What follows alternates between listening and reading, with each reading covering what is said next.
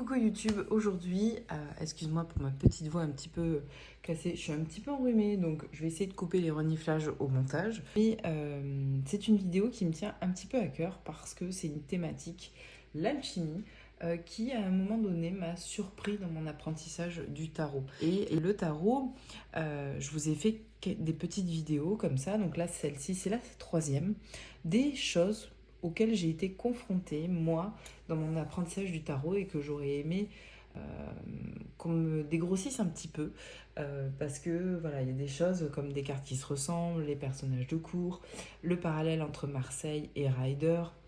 Voilà, c'est des petites choses que au fil du temps j'ai appréhendé, que j'ai intégré, mais qui sont pas toujours évidentes, je trouve. Et l'alchimie, ça fait partie des gros pavés, je trouve, personnellement.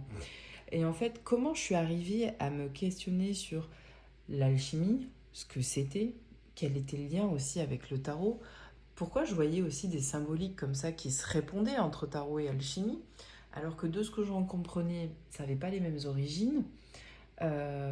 Du coup, je me suis dit, faut que je creuse le sujet. Et j'ai commencé à creuser le sujet quand ce jeu-là de Robert Place est arrivé dans ma carto. Le tarot des 7 vertus. Donc ça, c'est une version mass market de Arcana Sacra. Et ce jeu-là, il m'a piqué au vif. C'est-à-dire que c'était pas évident pour moi de l'appréhender, clairement.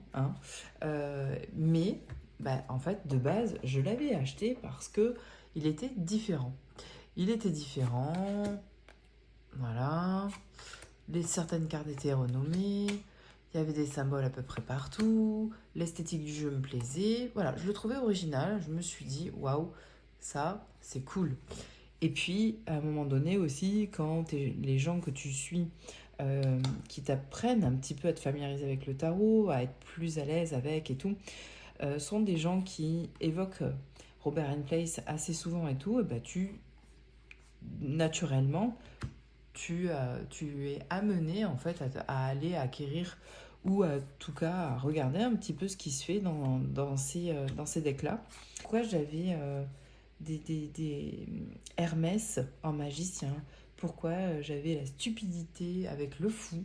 Et donc là, il a commencé en fait à évoquer chez moi cette idée que l'alchimie pouvait du coup vachement introduire chez moi des symboliques plus riches, une appréciation différente aussi, et du coup des lectures de tarot qui pouvaient être enrichissantes. Alors déjà, on va commencer avec un petit peu juste qu'est-ce que c'est l'alchimie et un petit peu un fil conducteur historique, ok? C'est juste pour mettre du cadre. Accrochez-vous, ça va pas durer longtemps. L'alchimie, elle se définit de façon assez vulgarisée, ok? Comme un ensemble de pratiques, de doctrines, apparues dans l'Antiquité. Prendre et à transformer la matière, mais aussi l'être humain lui-même, Elle va reposer sur l'idée que la nature est animée par des principes cachés, que l'alchimiste cherche à révéler grâce à des opérations symboliques, chimiques, spirituelles. En gros, L'objectif le plus connu de l'alchimie, c'est la pierre philosophale.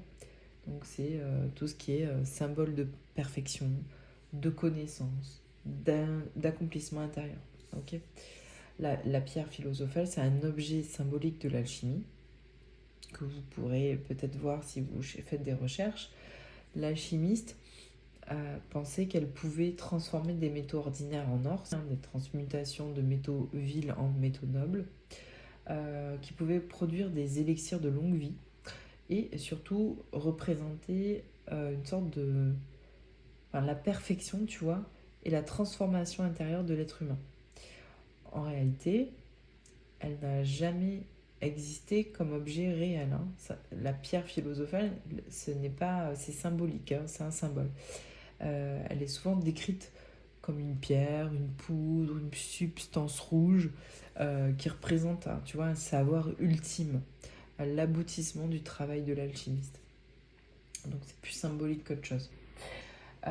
Pour faire un petit peu d'histoire, parce que je veux pas vous perdre là. Elle apparaît pas au Moyen-Âge, elle apparaît bien plus tôt dans l'Antiquité, un peu tardive, tu vois, autour d'Alexandrie, donc en Égypte. Donc, elle prend naissance en fait dans la philosophie grecque. On va penser à Platon, à Aristote, qui réfléchissait à la nature du monde, ok, de quoi était fait la matière, comment les choses se transformaient, la notion aussi des 4 éléments, eau, terre, feu, air. Ça, tout ça, c'est Aristote. Et ça a beaucoup influencé comme ça les prémices de la pensée alchimique. Mais derrière aussi, l'Égypte maîtrisait des techniques concrètes, hein. Donc ils savaient travailler les métaux, ils fabriquaient des pigments, ils maîtrisaient la momification, la verrerie. Il y avait vraiment des savoir-faire qui fournissaient aux alchimistes des méthodes de pratique expérimentale concrètes, hein. Et puis à côté de ça, il y avait aussi tout ce pan un petit peu religieux, ancien, avec des rites un petit peu secrets, des initiations un peu personnelles, comme les mystères d'Isis, les mystères d'Hermès et tout ça, qui ont apporté un petit peu à l'alchimie, à sa naissance, hein, une dimension vachement spirituelle et symbolique, avec cette notion de transformer la matière, transformer aussi l'âme, tu vois. Donc là, on est vraiment aux prémices de l'alchimie, du coup, en Égypte. Et puis après, donc là, on était dans l'Antiquité tardive, hein.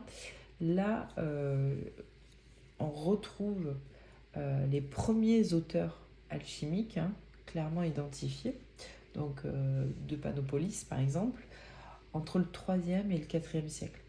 Et c'est assez important parce que du coup, l'alchimie est née comme une tradition écrite, pas comme une tradition orale et secrète, tu sais.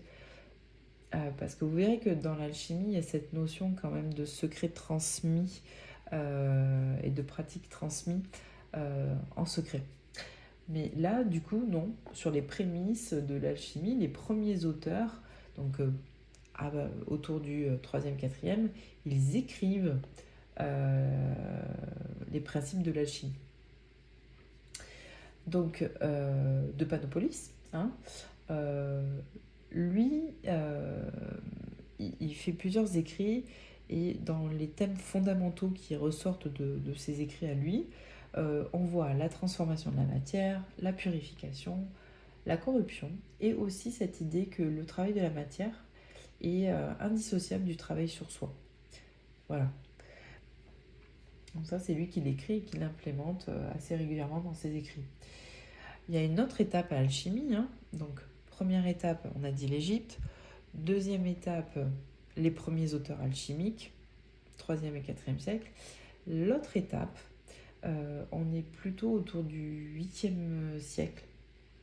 Autour du 8e siècle, l'alchimie, elle prend un tournant dans le monde islamique. En fait, elle va gagner en structure et en méthode.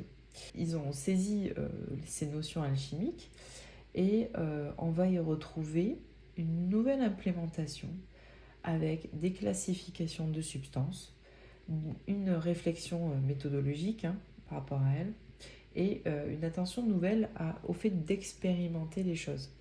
Et ça, contrairement à ce qu'on croit, l'alchimie islamique, elle n'est pas du tout moins symbolique, elle est simplement plus structurée. Ce corpus-là, ces collectifs comme ça, dans cette partie du monde-là, et ben, du coup, c'est leurs travaux, leurs pensées qui a été traduit en latin, d'accord, au XIIe siècle. Et ces pensées-là, ces travaux collectifs, ces classifications de substances, ces réflexions méthodologiques qui sont structurées et tout ça, qui proviennent du monde islamique. Donc c'est cette base-là qui va servir à des traductions latines du XIIe et donc qui va nourrir en fait l'alchimie occidentale. Quand ces écrits ont été traduits en latin, l'alchimie rentre en fait dans un Occident qui est chrétien, ok. Elle est donc pratiquée par les sachants, hein, des moines, des clercs, des médecins, des savants. On a des figures comme Albert le Grand, si ça vous parle, qui s'y intéressent aussi très sérieusement. Mais on a un véritable tournant avec Paracelse, qui était un célèbre médecin et alchimiste de la Renaissance. Et donc du coup, lui, il rompt, on a un vrai tournant avec l'alchimie purement aristotélicienne. Hein. Aristotélicienne, il y a, il y a la base de Aristote, c'est pas pour rien, c'est ce que je vous disais plus haut.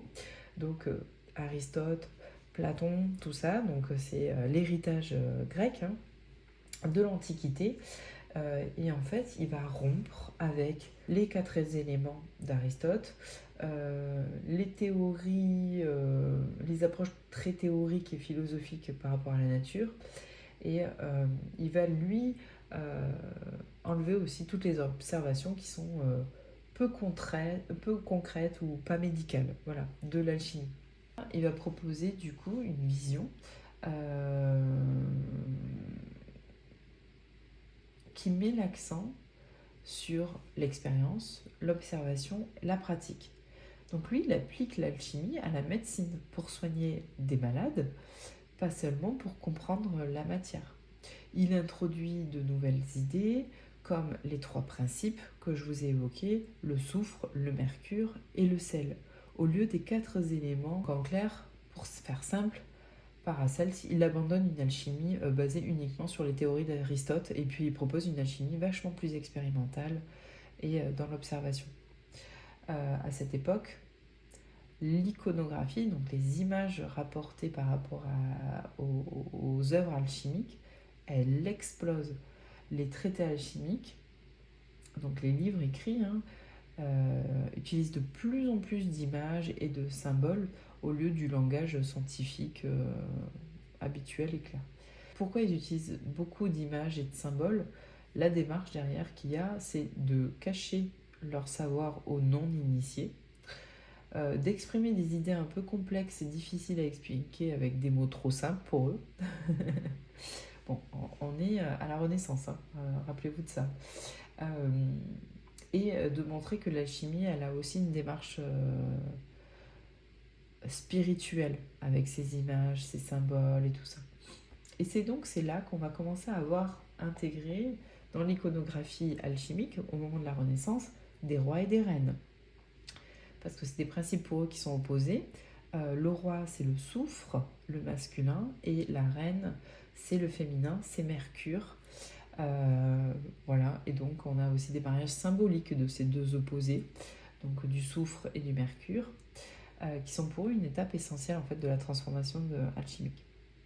Et il y a cette notion aussi de mort et de résurrection.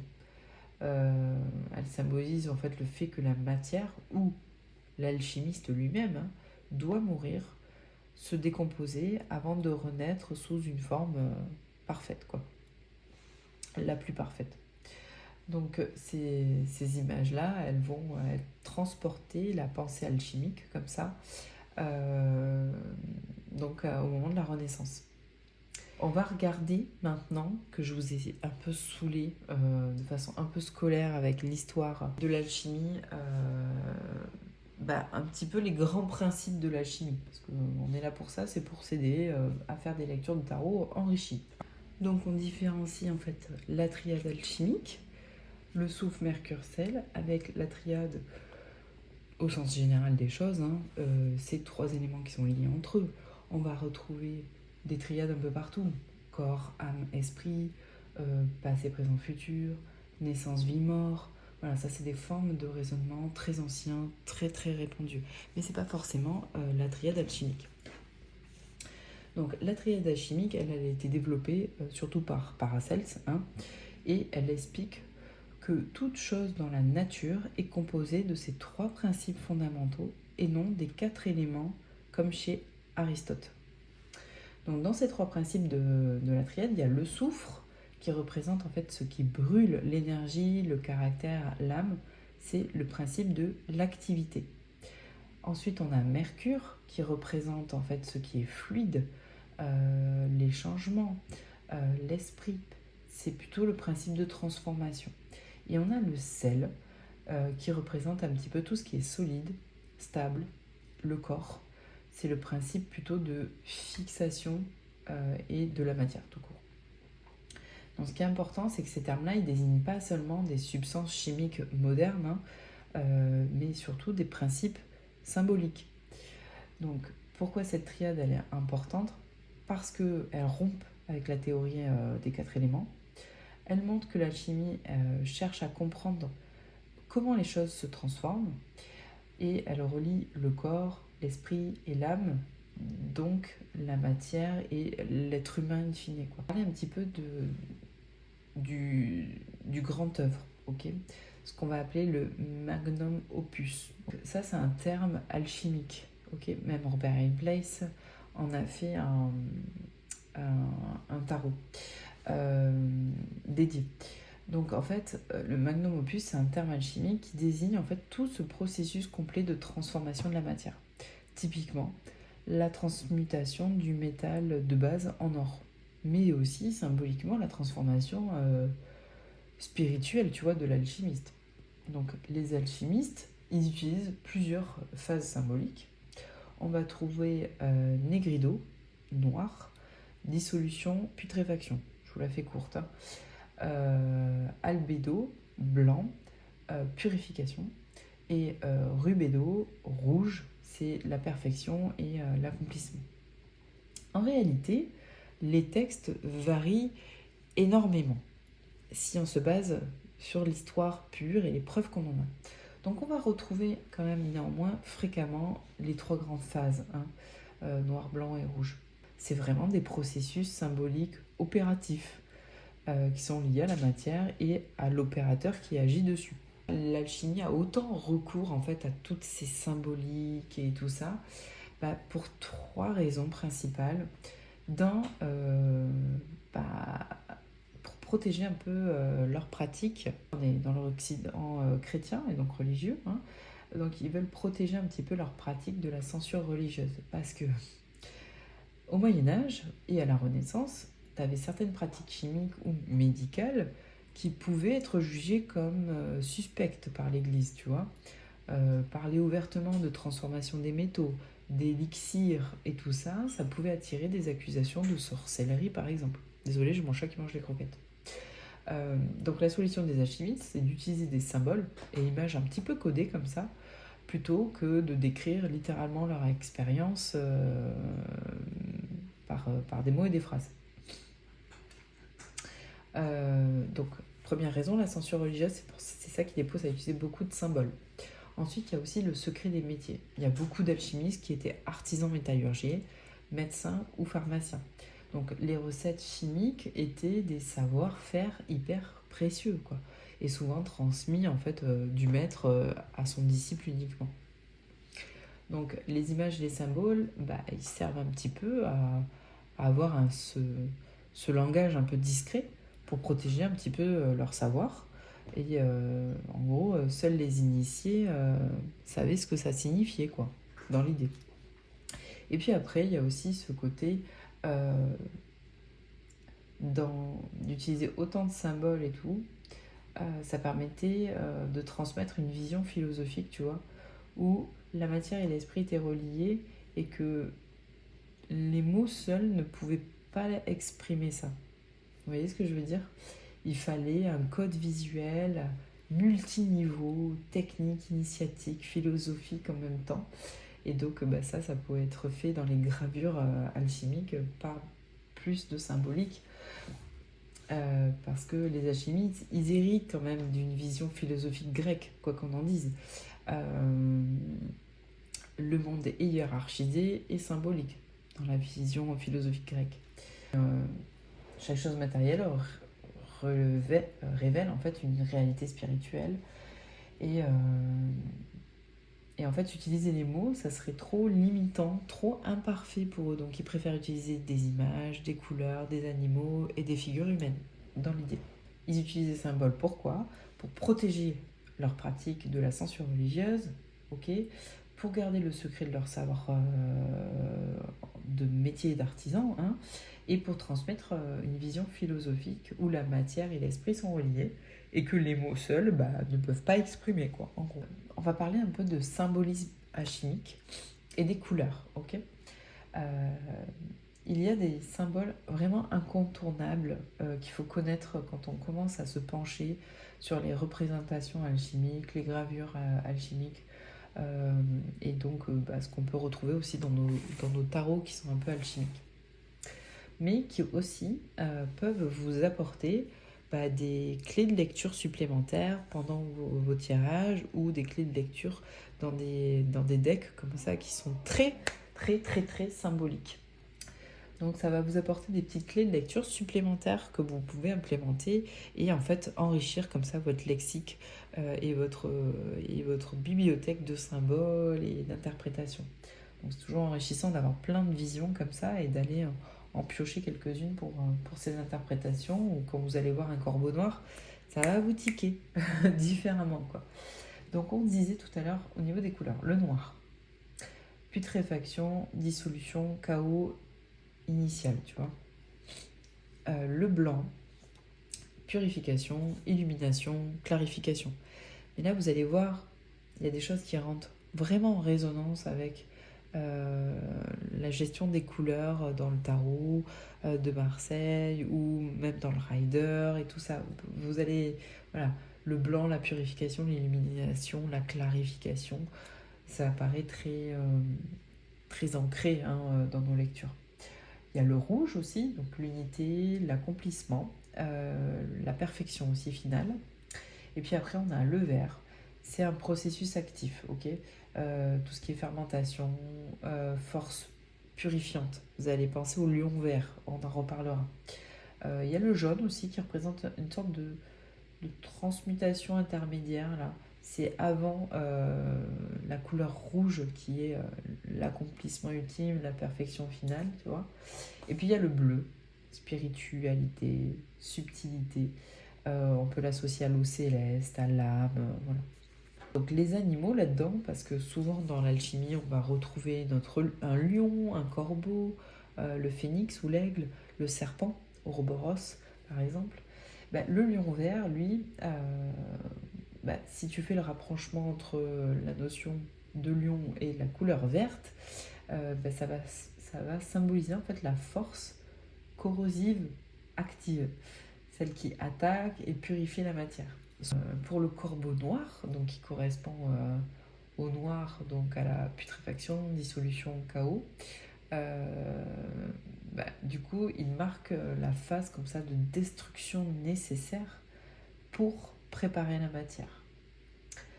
Le phénix et l'aigle correspondent au rouge, donc à l'unité, l'accomplissement, la perfection. Et le serpent, qui se mord la queue, symbolise en fait, l'Ouroboros là, symbolise le cycle éternel, l'unité de la matière et de l'esprit, la circulation aussi des principes, par exemple. Et puis tout ce qui est figure humaine royale, parce que du coup, on va faire nos parallèles avec nos figures de la cour.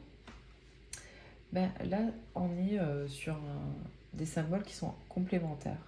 Masculin, le soufre, féminin, le mercure, je vous en ai parlé plus haut. Et ça correspond en fait à des principes actifs, masculin, le soufre, et des principes passifs, donc féminin et mercure, dans la matière. Et souvent, en fait, on fait figurer dans des noces alchimiques, du coup, ce soufre et ce mercure. Et puis, on va avoir des représentations de l'alchimiste lui-même, personnifié comme ça, en train de verser, de distiller, d'observer. Et du coup, ça représente du coup l'opérateur conscient, tu vois, qui transforme la matière tout en se transformant lui-même. Dans les symboles des substances, il y a le soufre, le principe actif, comme je vous disais, le feu, l'âme, et dans les fonctions, on est sur tout ce qui est dynamique, tout ce qui est énergie transformatrice. Pour Mercure, on est sur le principe volatile, On est sur l'esprit. Il y a cette notion de fluidité, de médiation, d'union. Il y a le sel, qui est le principe fixe, le corps, je vous en ai parlé plus haut. Donc ça, on est sur la stabilisation, la cristallisation. Pardon, je vais me boucher. Après, on a l'eau, qui va représenter la purification, la dissolution aussi. Donc elle nettoie, elle dissout les impuretés. Et il y a le feu, qui va transformer, élever. Et bien, donc là, on est dans un actif, on active en fait le processus, la chaleur nécessaire pour transformer. Donc ces 3 principes là de soufre, de mercure et de sel ne sont jamais en fait des substances physiques quoi, hein, sur la table de l'alchimiste. Pardon, je vous ai fait boucher. Ils servent juste à penser le processus et à le représenter dans des gravures ou manuscrits. Les phases du grand œuvre et du coup des symboles associés. Donc on a le noir d'abord avec le corbeau noir. On a le blanc avec le cygne pour la pureté, la clarté et tout. On a le jaune qui lui n'est pas associé à un animal, mais c'est un passage vers le rouge. On a ce rouge là qui est vraiment associé souvent au phénix et au lion rouge, l'accomplissement, l'union et la perfection. Mais il y a aussi le lion vert, hein, on l'a vu juste avant. Dans les fonctions en fait, de tout ce système symbolique, on l'a vu, ça sert à quoi? À communiquer uniquement entre les initiés, à donner des instructions opératives, c'est-à-dire que le symbole indique ce que l'alchimiste doit observer, comment manipuler la matière, hein. Et puis il nourrit aussi du coup la réflexion spirituelle, c'est ce que je vous disais, chaque image fonctionne comme miroir de l'âme, donc la transformation de la matière égale la transformation intérieure. Ces symboles-là, ils sont pas toujours universels chez tous les auteurs, d'accord? Il y a Mayer, il y a Paracels qu'on a vu, ils ont chacun un petit peu des petites variantes comme ça. Mais globalement, voilà ce qu'on peut retenir. Mine de rien, je ne sais pas si c'est parce que je fais de la poterie et de la céramique, mais c'est un prisme qui m'interpelle, qui me touche, qui me saisit. Et c'est une pause un peu personnelle là que je fais, mais moi, la poterie, c'est un peu cette métaphore-là, tu vois, de l'alchimie. Je vous jure. En gros, je sais pas, moi, mais imaginez, quoi. Vous avez un bloc d'argile qui est un peu moche, un peu informe, basique, quoi. Qu'on pourrait rapprocher ça, tu vois, à la materia prima. Exactement comme les alchimistes, hein. Où je me mets dans cette position du mat, hein, du début du grand œuvre, comme ça. Où tout est possible, mais rien n'est structuré, et ça ressemble encore au chaos, quoi. C'est une terre brute, quoi. Et puis ensuite, tu vas le mettre sur le tour. Tu vas appuyer, étirer, enlever et former, enlever le superflu et tout ça. On pourrait limite être dans la phase, tu vois, de Negrido et d'Albedo. Donc la noirceur, tu vois, du désordre qu'on a évoqué, transformé en pureté, en harmonie progressive, comme ça. Et on a notre petit vase qui se monte et tout, qui prend vie, qui prend forme. C'est un peu comme... quand voilà, vous regardez la carte de la tempérance et que vous vous dites ok, il faut équilibrer un peu tout là et aussi ma vie. On est un peu sur le même processus quand je fais ça. Et puis après, tu as la cuisson. Tu as l'argile dans le four et ça se transforme radicalement. Là, tu as une matière qui est durable. Soit ça explose, soit c'est sublimé, entre guillemets, hein. Donc on pourrait se retrouver dans le rubédo, donc le rouge, l'accomplissement, l'aboutissement. Et là, ta pièce, elle sort, elle est solide, elle est brillante, elle a la bonne forme. On est un peu comme dans le monde du tarot, quoi, dans la carte du monde. Mais en fait, dans tout ça, ça reste un processus créatif, expérimental, avec des erreurs, des surprises et tout. Mais exactement, en fait, comme dans l'alchimie, quoi. Franchement, comme dans la vie aussi, quoi.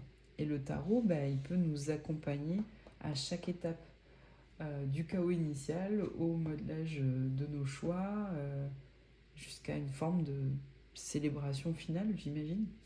Donc, je sais pas s'il y a une moralité là-dedans, mais en gros que ça soit avec l'argile, la poterie, hein, les cartes où ces fameux métaux un peu imaginaires des alchimistes, là, on est en train de transformer un peu du brut en quelque chose de précieux, je pense. Et ça, c'est plutôt cool, c'est plutôt fun. Et je pense que c'est ça qui peut-être m'a happé en fait dans la vision aussi de Robert Place et de plonger dans l'alchimie comme ça. C'est que le parallèle, il est assez facile et assez finalement concret en fait pour moi. Alors du coup, vous allez me dire, mais le tarot dans tout ça. Le tarot, déjà historiquement, le tarot, lui, il apparaît qu'au XVe siècle, en Italie du Nord, comme un jeu de cartes. Okay, c'est un fait établi par des décennies de recherche historique.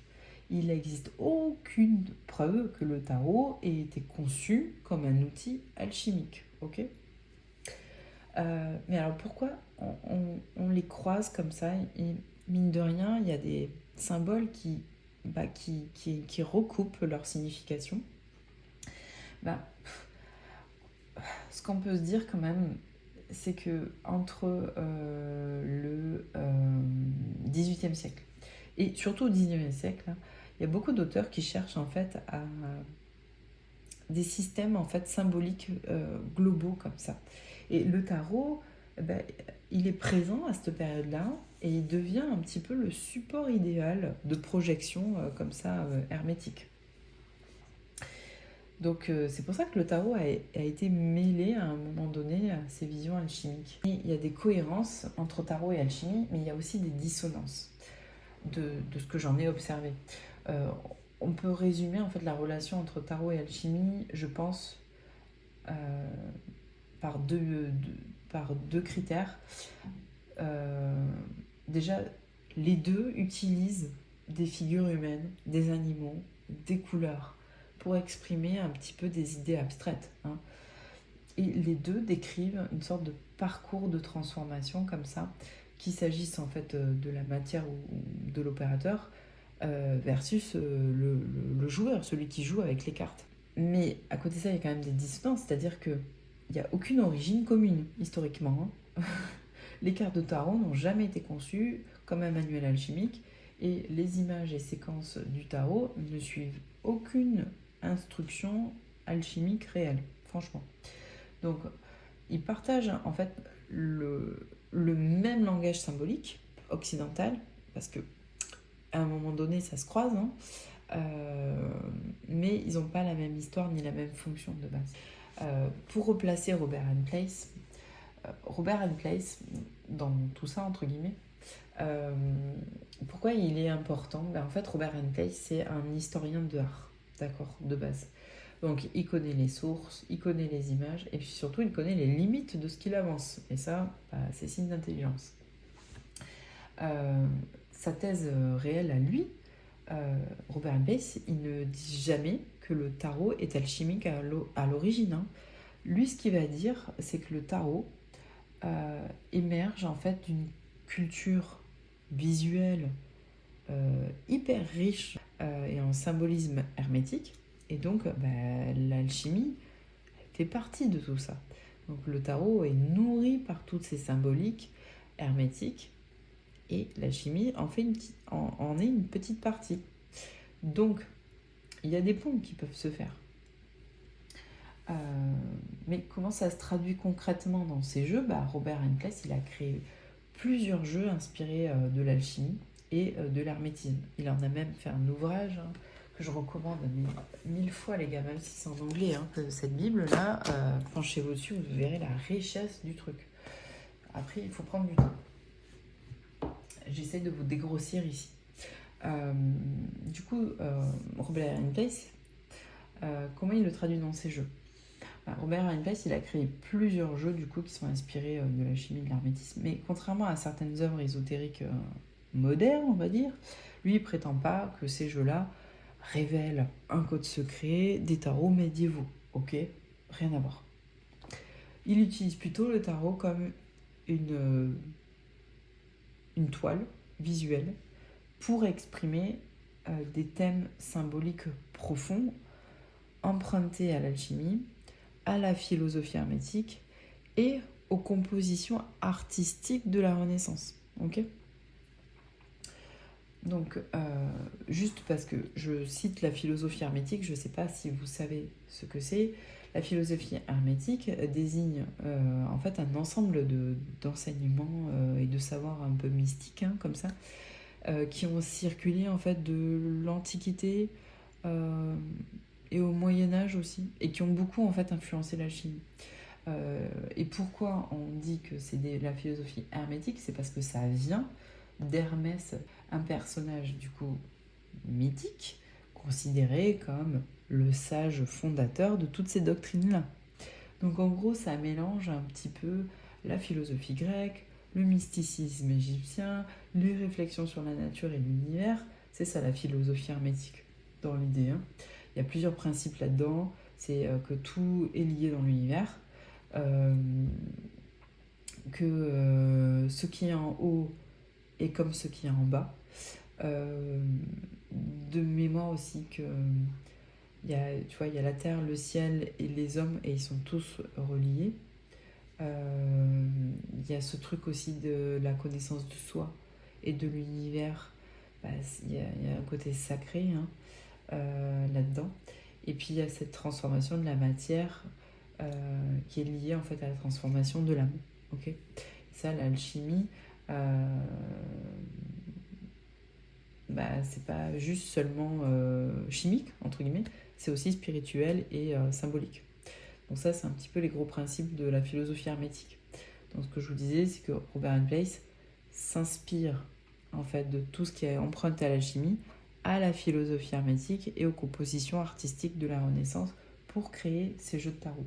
On se retrouve du coup le lendemain, j'ai pas eu le temps de tout filmer la première fois, et donc avec la lumière du jour, en fait tout simplement, dans cette dernière partie, je vais vous parler de toutes les arcanes majeures, des extraits de ce qu'il dit sur chaque arcane et ce qu'il met en parallèle entre chaque arcane. Donc du coup, excusez-moi pour le reniflage, là on va vraiment regarder pratico-pratique un petit peu et regarder un petit peu entre alchimie et tarot, est-ce que c'est la même histoire qui est racontée ou pas. À certains moments en tout cas, il y a beaucoup de finesse dans tous ces jeux, hein. Donc on va essayer j'ai essayé de récupérer dans le livre en fait ce qu'il évoque pour chaque arcane majeur. Déjà ça sera un premier step, dégrossi peut-être pour vous. Ok. Quand on regarde en fait le tarot quand même aujourd'hui, on se dit souvent c'est un peu de l'alchimie cachée. C'est souvent des discours qui remontent des pro-alchimie, ok. Mais comme je vous disais, historiquement, en vrai, c'est pas forcément vrai. Mais en même temps, c'est pas complètement faux non plus. D'accord? Ça, c'est ce que vous avez, je pense, compris de la première partie. Donc, il n'y a pas de révélation secrète, hein, ok, mais il y a ce mystère culturel un petit peu entre tarot et alchimie. Et ce qu'on peut se dire, c'est qu'il y a quand même une base de même langage visuel. Et c'est ça que Robert Place va mettre en avant. Il ne met pas en avant une correspondance historique, il met en avant le fait qu'on a un bassin symbolique, un bassin de notions, un bassin d'archétypes et tout ça qui en fait vont se nourrir dans le tarot de tous ces éléments de l'alchimie, de l'hermétisme, du néoplatonisme et tout ça. Ok. Donc il y a des convergences et il y a aussi des dissonances. Et là, on va le regarder un petit peu carte à carte. Ok. L'idée, c'est qu'on va déjà aller prendre un fou. Allez, on va prendre celui-ci. Hop. Je vais prendre mes arcanes majeures en réalité. Ok. Je les ai passés par avant, j'ai pas eu le temps encore. Hop. Donc ça, c'est le Reimagined 1. Hop. Donc on va prendre nos arcanes majeures.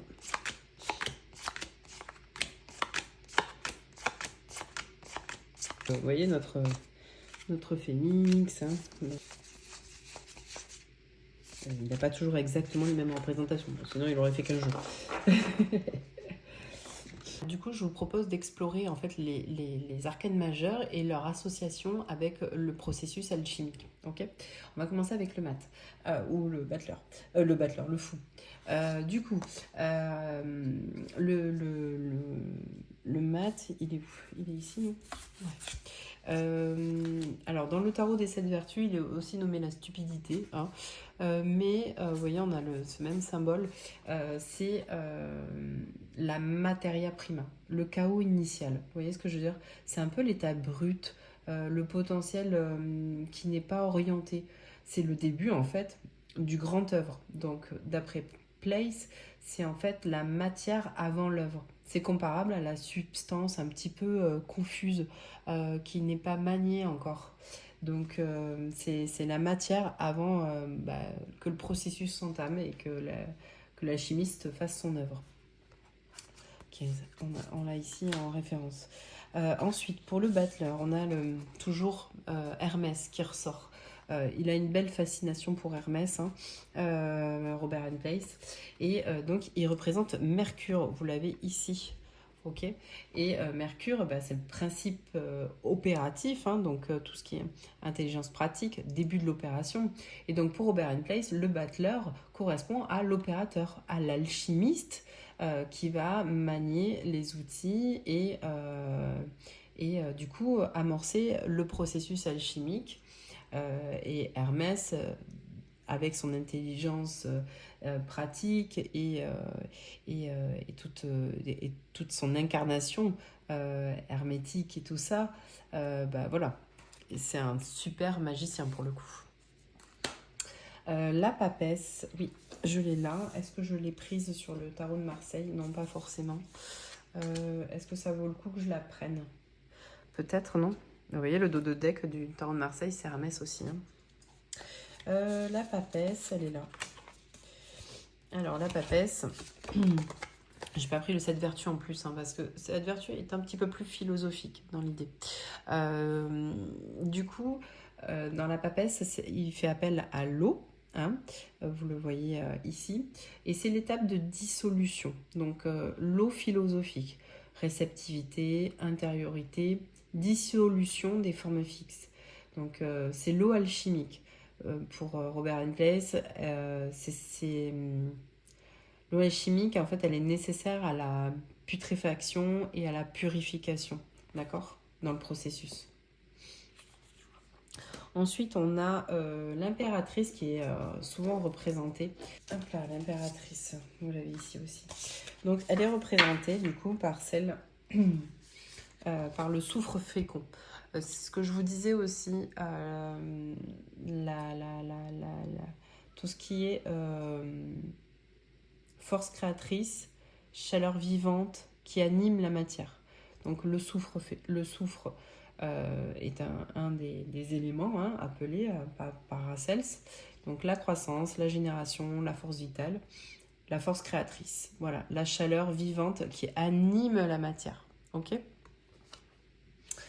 Hop. L'empereur, quant à lui, est là identifié comme le roi rouge. L'empereur, c'est le sel, c'est la fixation. Ok ? Il incarne la force stable à l'œuvre qui est en cours. Le sel, il donne vraiment cette stabilité à ce qui est en cours. Structure, stabilisation, forme durable. Donc il est associé à l'empereur. Ensuite, on a le pape. Le pape, notre petit hiérophante qui est là. Le pape, lui, c'est la transmission du savoir. Donc du coup, il incarne un petit peu la chaîne initiatique essentielle dans les arts hermétiques et dans l'alchimie. Hein. Donc c'est la transmission du savoir, l'initiation et tout ça. Pour les amoureux, il le rapproche à la conjonction. En fait, c'est le mariage chimique entre le soufre et Mercure. C'est ce que je vous disais tout à l'heure avec, avec l'impératrice et l'empereur. On a le soufre et le Mercure. Et donc là, on a le mariage chimique de ces deux substances, deux opposés. Avec le chariot, on l'a là. Le chariot, c'est la volonté dirigée de l'alchimiste.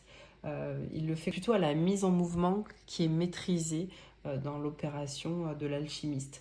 Donc il maîtrise les forces, l'orientation, la phase active de son travail et tout ça. mais la mise en mouvement maîtrisée. Du coup, il associe la justice. Alors, la justice, attendez. Je l'ai, ouais, elle est là. La justice, pour lui, c'est le principe d'équilibre et de pesée. Du coup, hein, qu'on peut voir assez facilement par l'iconographie, qui est assez classique sur le tarot. Hein. Du coup, c'est de l'alchimie pure, peser, mesurer, équilibrer. C'est des opérations un peu fondamentales. Hein. La juste proportion, l'harmonie des contraires, voilà. Et la mesure et la pesée de la matière. L'ermite, il est sur une sorte de coction lente. Excusez-moi, j'ai buté. Donc c'est de l'alchimie lente, c'est de l'alchimie patiente, donc ça va ramener à tout ce qui est maturation. Les coctions comme ça qui nécessitent du temps de pause, un temps long en fait, du retrait pour maturer. La roue de fortune, hop là, la roue de fortune, elle est ici, elle représente la circulation. Hein. L'iconographie, elle est très très hermétique là pour le coup. Ça représente le cycle, aussi tout ce qui est solvant et coagulant. Ça peut être représenté par ça.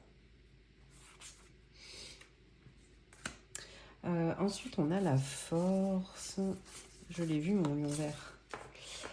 Donc, la force, elle va représenter souvent le domptage du feu. Vous voyez, il y a cette flamme d'ailleurs. Ici, c'est la maîtrise de l'énergie, aussi du feu intérieur. Hein. Mais du coup, dans l'alchimie, c'est la force alchimique qui est maîtrisée. Okay, et le domptage du feu. Ensuite, on a la mort. La mort qui est ici. La mort est rapprochée à la phase Negredo, donc la putréfaction, la dissolution hyper radicale, la mort nécessaire potentiellement aussi. C'est une carte alchimique qui est majeure hein, et sans ambiguïté. On retrouve notre corbeau noir qu'on a évoqué au cours de la vidéo. La tempérance, elle est où notre tempérance? C'est pas forcément dans l'ordre, hein, les gars. La tempérance, il l'associe directement à la phase albédo, hein, la distillation. Donc c'est la purification, les circulations des fluides hein, et l'équilibre subtil des choses dans l'alchimie. Souvent, il va y mettre une représentation de Marie la Juive qui a inventé la distillation. Donc c'est une figure assez historique pour les alchimistes. On a ce diable, c'est la fixation imparfaite. Il l'associe à ça. C'est un attachement à la matière, le soufre qui est non purifié aussi. C'est un peu un vecteur de danger alchimique. C'est en fait s'arrêter trop tôt dans le grand œuvre. Okay. Quand le processus n'est pas terminé. La maison Dieu, elle est où? La maison Dieu, la tour. La maison Dieu, elle va s'apparenter en fait à la séparation un petit peu violente, à l'éclair, et vous le voyez là, hein, le feu alchimique qui est destructeur, mais qui peut être nécessaire. C'est un peu le choc purificateur, vous voyez, en alchimie, une séparation violente. On a l'étoile, ben non, on n'a pas l'étoile les gars, je l'ai pas sortie. Je vais la sortir, excusez-moi, je renifle un peu.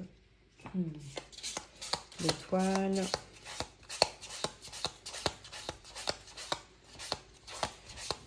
Je vais vite la trouver, vous n'inquiétez pas. Je n'ai pas sorti le pendu non plus.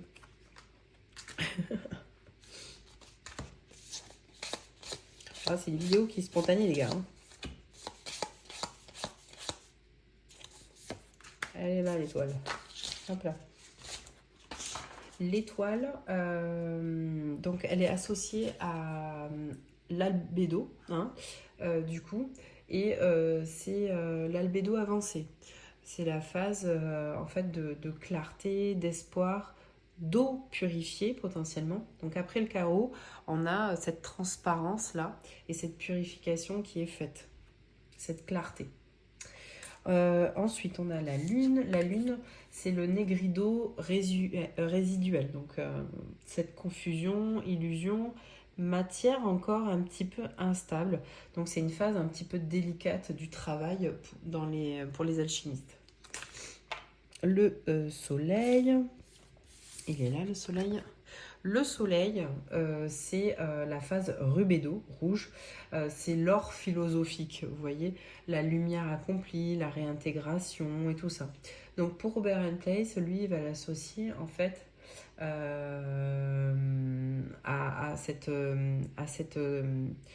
phase rubédo, rouge, de perfection et tout ça, ok. Et on retrouve cette couronne là, et ils sont en élévation les deux. C'est la perfection quoi. Le jugement, il va l'apparenter à la phase de sublimation. Donc c'est un petit peu la dernière transmutation avant l'unité. Donc c'est une sorte de renaissance, de changement d'état. Et ensuite, le monde. Le monde, c'est la pierre philosophale. C'est l'unité, la totalité, l'accomplissement, mais extrêmement parfait. C'est l'achèvement du grand œuvre, symboliquement. Donc, on y retrouve d'ailleurs les 4 éléments. Terre, air, feu et eau. On a le cas du Cèdre Hermès. Et en fait, il appréhende aussi les suites. Je ne vais pas tout décortiquer, mais par exemple dans ce bouquin-là, donc les deniers, il les associe à la terre, à l'élément alchimique dominant qui est le sel. Parce que le sel, rappelez-vous ce qu'on s'est dit avant, c'est le corps, c'est la stabilité. Et du coup, c'est ce qui fixe. Okay, c'est ce qui donne une forme durable et c'est ce qui rend l'œuvre, le grand œuvre, tangible. Dans l'alchimie, il associe donc les deniers au sel, à la terre, l'élément terre, mais donc dominé par l'élément sel. Et ça représente ce qu'on s'est dit un petit peu plus haut, le corps, la stabilité, la stabilisation du processus alchimique.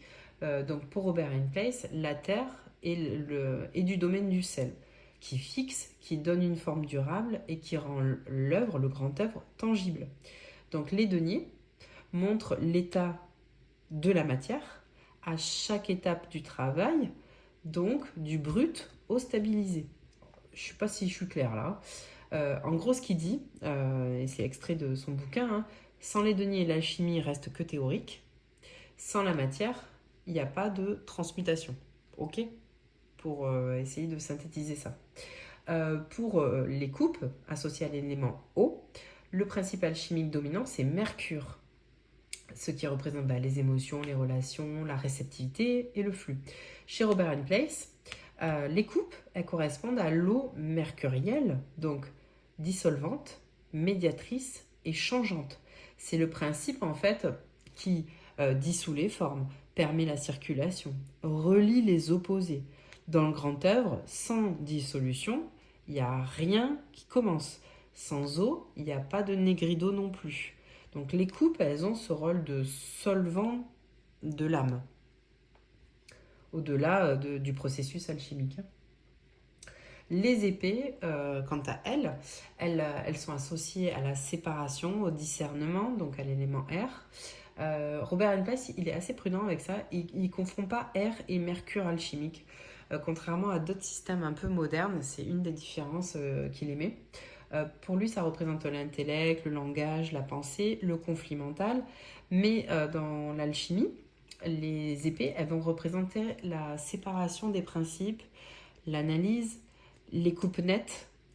Donc dans l'alchimie, séparer, c'est aussi important que réunir dans leur procédé. Donc les épées, ça montre que là où il y a de la pensée, ça clarifie, en gros. Mais aussi, ça peut détruire d'une certaine manière. Robert Place, il va évoquer le fait que s'il y a trop d'air sans eau, ça va assécher l'œuvre, le grand œuvre. Les bâtons, élément feu, il va l'associer au soufre, ce qui représente du coup l'énergie, la volonté, le désir et tout. l'impulsion vitale et tout ça. Mais chez Robert Place, le bâton qui incarne le soufre, ça va être le principe actif, la chaleur interne, le feu transformateur. Et en gros, sans le soufre, il n'y a rien qui cuit, il n'y a rien qui se transforme, il n'y a rien qui s'élève, quoi, en gros. Mais si tu mets trop de feu, entre guillemets, ça brûle la matière et ça détruit l'équilibre. Donc, en résumé, le soufre anime ou consume dans le processus. Donc, pour résumer un petit peu ce que je viens de dire et pour essayer de vous l'imprimer aussi, hein, donc les suites, on a les deniers, c'est la terre et ça sert à fixer. On a les coupes, c'est l'eau et ça sert à dissoudre. On a les épées, c'est l'air et ça sert à séparer. Et ensuite, on a les bâtons, c'est le feu et ça sert à activer. Ok, c'est une lecture qui est très opérative. Il y a un point que Robert Place il remonte aussi pas mal, c'est que les cartes mineures, elles ne racontent pas une initiation plus abstraite que le reste. Hein. Elles décrivent vraiment les principes universels qui se manifestent ou se manifesteront dans la vie quotidienne et dans le processus du coup alchimique. Hein. Donc en gros pour lui les arcanes majeures c'est un peu l'architecture du truc et les suites c'est la mise en pratique des alchimistes. Robert Place c'est pas des cartes mineures hein, comme je vous le disais, hein, c'est vraiment des opérations quotidiennes du grand œuvre. Donc là où il y a de la matière, de l'émotion, de la pensée, de l'énergie, ça doit apprendre en fait à coopérer quoi. Vous pouvez voir quand même que Hermès est extrêmement présent hein, dans les jeux de Robert Place. En fait, Hermès c'est souvent dans le Battler parce que c'est un peu la clé structurante pour Robert Place. En fait, pourquoi Hermès ? Déjà Hermès c'est pas un dieu parmi d'autres, d'accord ? Dans la tradition un petit peu gréco-égyptienne hein, et hermétique du coup, Hermès c'est un médiateur, c'est un dieu du passage, c'est un messager, c'est quoi encore ? C'est un patron des savoirs plutôt techniques hein, et surtout c'est le principe de la traduction un peu du divin à la matière, Hermès, ok ? Pour Robert Place, pourquoi c'est crucial ? Parce que pour lui, l'alchimie n'est pas un... c'est pas en fait c'est surtout une sorte de science symbolique de la médiation. Donc Hermès en fait il va incarner ça. Les textes alchimiques médiévaux hein, qui se réclament d'Hermès hein, et dans le corpus Hermeticum qui est redécouvert un petit peu à la Renaissance comme ça, l'alchimie se pense comme une sorte de philosophie hermétique. Donc pour Place, si une figure devait présider symboliquement un tarot hermétique, qui d'autre qu'Hermès quoi. Et pourquoi Hermès en Battler ? Parce que le Battler, c'est pas un apprenti naïf pour Robert Place. Pour lui, il place, et il insiste bien là-dessus, le Battler, c'est celui qui fait. Il manipule des objets précis, il est debout devant sa table, c'est un opérateur. Et il se sert du coup de l'iconographie un petit peu classique du tarot. Hein. Du coup, la table, pour lui, c'est le laboratoire. Les objets, c'est les instruments. Et le geste de la main, c'est l'intention. Et dans la posture, Hermès, il peut être artisan, magicien, médiateur et technicien un petit peu de ce sacré-là, quoi. Et puis, le Battler, il le positionne aussi comme principe un petit peu mercuriel, je crois que ça se dit, mais le mercure philosophique, c'est-à-dire que c'est ce principe qui est mobile, cette intelligence un peu opérative. C'est pas une symbolique au hasard, quoi. Hermès, c'est Mercure, Mercure, c'est le mouvement, et le mouvement, c'est la transformation. Donc, pourquoi il donne autant la parole créatrice comme ça à Hermès ? Parce que Hermès, c'est aussi le dieu du langage, c'est le dieu de l'écriture, des signes aussi. Or, le tarot, c'est quand même un système d'images parlantes. Donc, franchement, c'est assez naturel d'avoir mis Hermès comme ça en Battler. Parce que le Battler, c'est celui qui fait parler les symboles, entre guillemets, pour Robert Place. Il le lit vraiment comme un langage symbolique qui est hérité de la culture hermétique occidentale. Hermès égale le langage tout court, quoi. Ok. Et sans Hermès, en fait, il n'y a pas d'alchimie qui est possible. Parce qu'en alchimie, le soufre, il agit, le sel, il fixe, mais le mercure, il relie les trucs. Et on a dit qu'Hermès, c'était le mercure. Sans mercure, tu as de la dissolution, pas de circulation, pas de conjonction. Donc Hermès, c'est la condition pour Robert Place, même, en fait, c'est la condition même du grand œuvre, de la mise en place du grand œuvre. Dans ces jeux, Hermès est vraiment très explicite, il est même en dos de deck du Marseille. Vous l'avez là, il figure en battleur et tout. Dans le Alchemical Tarot, donc celui-ci, le battleur, il est clairement, c'est clairement Hermès et l'appellation de Mercure, je vous l'ai montré tout à l'heure. Et c'est pour ça qu'il est très important pour Robert Place dans la mise en place de son tarot.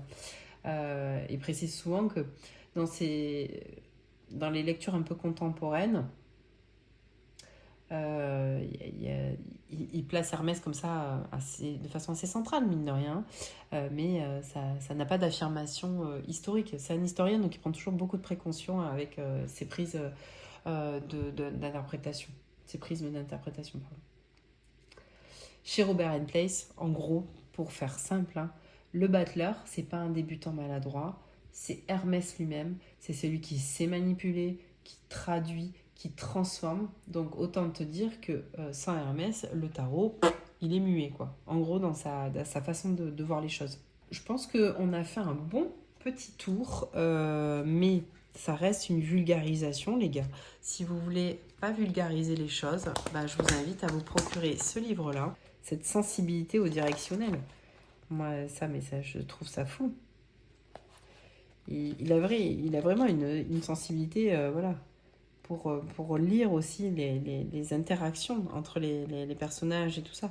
Enfin, franchement, foncez. C'est trop riche pour s'en priver, franchement. Cette vidéo, elle a vraiment pour vocation de vous montrer que ça peut être compréhensible, mais il faut s'accrocher un petit peu, mais qu'après vous allez en ressortir, mais avec une telle richesse symbolique et tout que... allez-y, foncez, quoi. Ça sera ça le mot de la fin, allez-y, foncez. On va laisser Hermès, parce que franchement, Robert Place l'adore, et nous aussi. Je vous invite à vous procurer le petit livret sur les déesses et dieux grecs que Hélène a pondu. Et il y a des tirages dédiés à Hermès qui sont très intéressants. Et puis moi, je vous dis à très vite. J'espère que je vous ai pas trop saoulé, parce que c'est pas évident, là, je vous assure. À recaler comme ça en vidéo, mais bon, j'ai bien aimé me prêter à l'exercice, et si ça peut faire comme sur le Marseille, après vous m'envoyez des petits tableaux où vous avez essayé de voir les différences entre Marseille, Radeur et tout, et que ça initie quelque chose chez vous, même si c'est que sur une personne, je m'en fiche, j'en serais super contente. Faites-moi un retour sur cette vidéo, et si ça vous a intéressé, que vous avez apprécié, vous plongez un petit peu comme ça dans cet univers-là, que vous le connaissiez ou pas du tout, n'hésitez pas à me le dire en commentaire et à me lâcher une flamme. On va mettre, voilà, pour les courageux, pour ceux que ça a intéressé et qui sont allés jusqu'au bout, mettez-moi un petit emoji flamme en commentaire, je vous verrai et on se papotera. Mais en tout cas, merci beaucoup d'avoir patienté jusqu'à la fin de la vidéo, et j'espère que j'ai pas été trop saoulante. Et je vous fais de gros bisous, et puis pensez à activer la petite cloche pour rien louper. Et puis je vous souhaite un super week-end, super semaine. Je vous fais de gros bisous. Ciao, ciao.